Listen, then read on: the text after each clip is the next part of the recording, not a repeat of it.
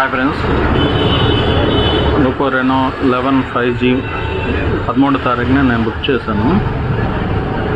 ఈరోజు డెలివరీ చూపించింది. ఎక్స్చేంజ్ కూడా పెట్టాను. మొబైల్ Vivo Y73 అని మోడలు. ఇది వచ్చి నేను ఎక్స్చేంజ్ పెట్టడం కారణం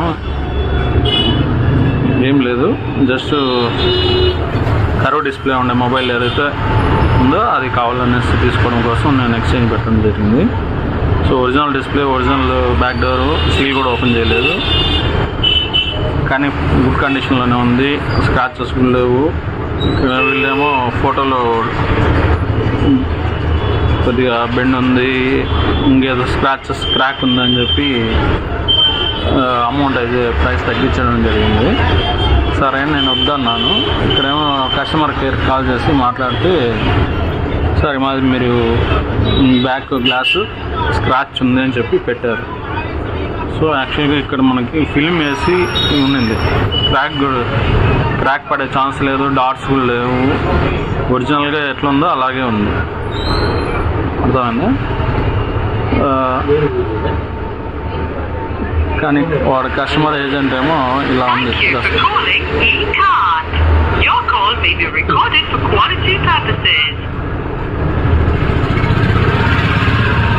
తన రెస్పాన్స్ చూస్తే అసలు ఆశ్చర్యం.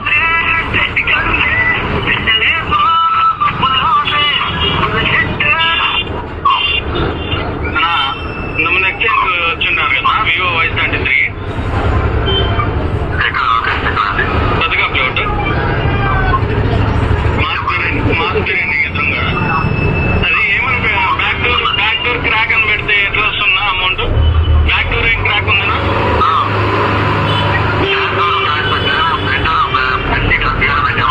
ఓకే, బ్యాక్ డోర్ క్రాక్ అనేసి రేట్ తక్కువ వస్తుంది. మళ్ళీ ఎందుకు బ్యాక్ డోర్ ఎందుకు క్రాక్ అని వచ్చింది?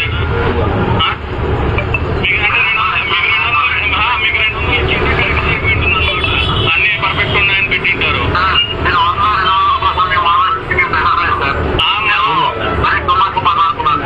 మళ్ళీ ఇంకా లేకపోతే ఏమన్నా బ్యాక్ డోర్ క్రాక్ అని ఎందుకు వచ్చిందారా? బ్యాక్ డోర్ క్రాక్ ఎందుకు వచ్చింది?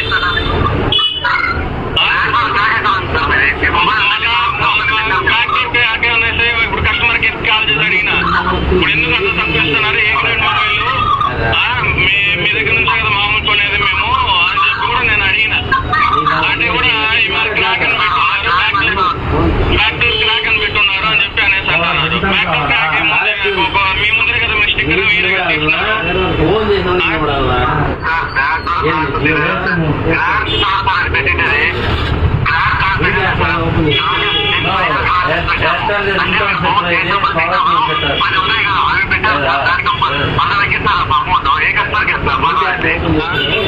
బ్యాక్ డోర్ క్రాక్ అనేసి మెన్షన్ చేస్తున్నారు అని చెప్పి అంటే నేనేం చెప్పేది?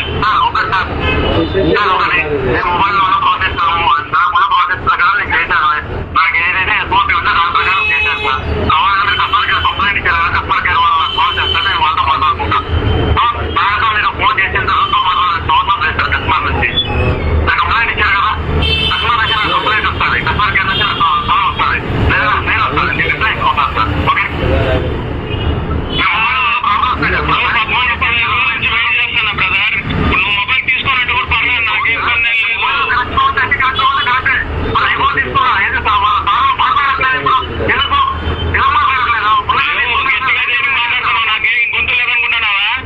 అమ్మా ఎందుకు గట్టిగా మాట్లాడుతున్నావు? క్రాక్ ఎందుకు పెట్టున్నారు, మెన్షన్ చేసుకున్నారని మాట్లాడతానా? ఏం గొంతు రాస్తుంది?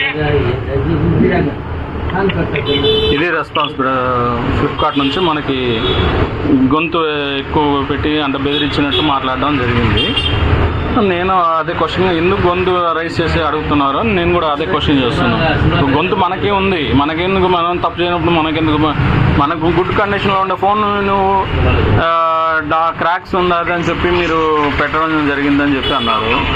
సో క్రాక్ లేనప్పుడు నువ్వు ఎలా కస్టమర్ కేర్ నుంచి మనకి ఇట్లా ఆన్సర్ వచ్చింది? ఇది ఇలా జరుగుతుంది ఫ్లిప్కార్ట్ మనకి.